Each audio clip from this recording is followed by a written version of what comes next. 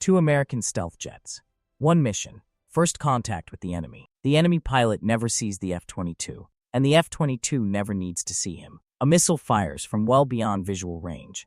It's over before either aircraft can break a sweat. Now imagine the F-35 doing the same thing. Same result, or a completely different war. These 2 jets look like cousins. They are not. They were built for different fights, and if you confuse one for the other, you will get people killed. The U.S. Air Force flies both the F-22 and the F-35. Both are stealth. Both are American. Both cost more than most countries spend on their entire military budgets in a year. But here's the reality. They do not do the same job. The F-22 Raptor entered service in 2005. Its only purpose was air superiority.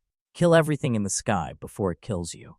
It was built to dominate in a world where Russia and China were modernizing fast. The F-35 Lightning II came later. Cheaper, more versatile, shared across the Air Force, Navy, and Marines. It was designed to do many things: strike ground targets, support troops, gather intelligence, and yes, fight in the air. One is a pure killer. One is a Swiss Army knife. So when they meet an enemy at first contact, who wins? Stealth. Both jets are low observable. That means radar struggles to detect them, but they are not equally invisible. The F-22 is generally assessed to have a smaller radar cross-section than the F-35, though exact numbers are classified. Think of radar cross-section, like how loud your footstep is in a quiet room. The F-22 is wearing socks. The F-35 is wearing shoes. Against advanced radar, like Russia's S-400 system or China's long-wave surveillance radars, that difference matters. The margin between a smaller and larger radar return may sound trivial on paper. In a real engagement, it's the difference between being tracked and going home clean. Speed and maneuverability. The F-22 is faster.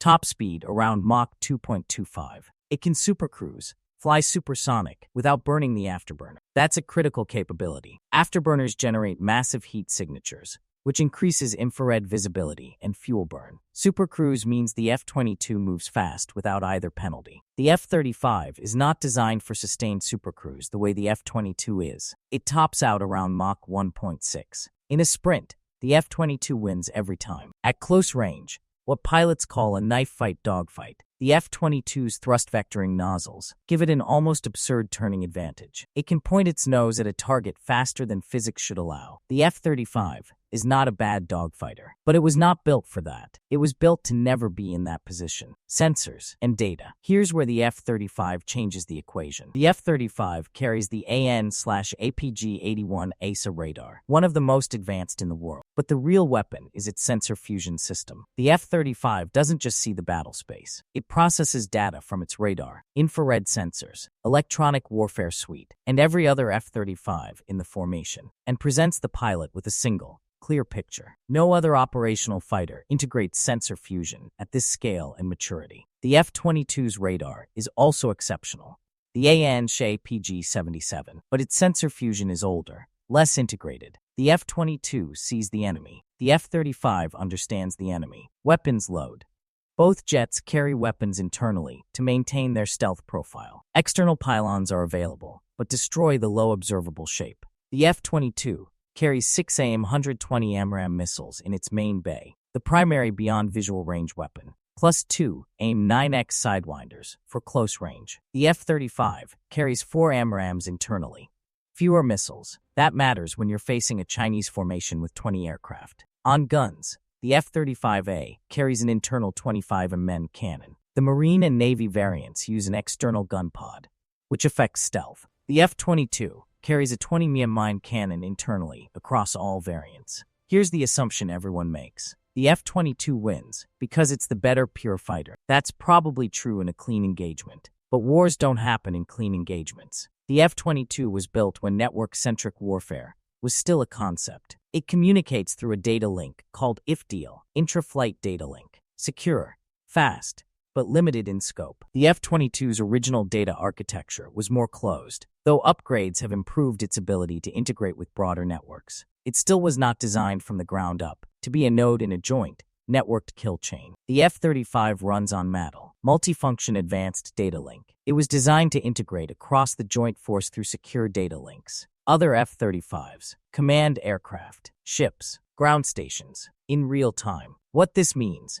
An F-35 pilot flying near Chinese airspace could detect an enemy radar emission, classify it, and silently pass that data to a destroyer 200 miles away, which then fires a long-range missile at a target the ship's own radar could not see. The F-35 was designed to do this from day one. In a first contact scenario, one jet, one enemy, the F-22 likely holds the edge. In a first contact scenario, full theater, 21st century integrated warfare, the F-35 might win the war. Air superiority in 2025 is not what it was in 1990. In the Gulf War, air superiority meant F-15s clearing the sky so bombers could get through. It was sequential. Jets swept first. Strike aircraft followed. Today, peer adversaries, China specifically, have layered their defenses. Ground-based missile systems, electronic warfare, large numbers of modern fighters. They do not fight you in one place. They fight you everywhere, simultaneously. Against that threat, a single elite fighter, no matter how good, is not a strategy. The U.S. built 186 F-22's. They stopped the line. 186 aircraft is a small fleet in a prolonged high-intensity conflict. Aircraft get shot down. They break down. They need maintenance. The U.S. has ordered over 2,400 F-35's across all variants.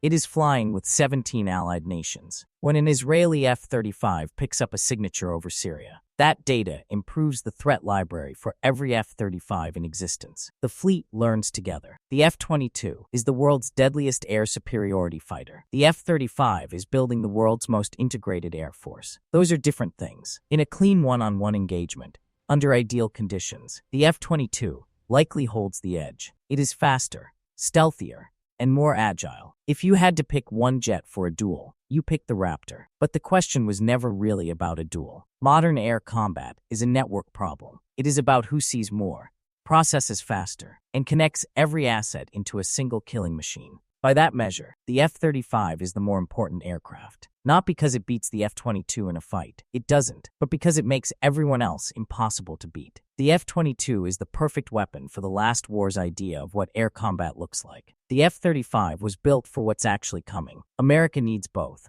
It doesn't have enough of either. The most dangerous pilot in the sky isn't the one flying the best jet. It's the one flying the jet that's already told everyone else exactly where you are.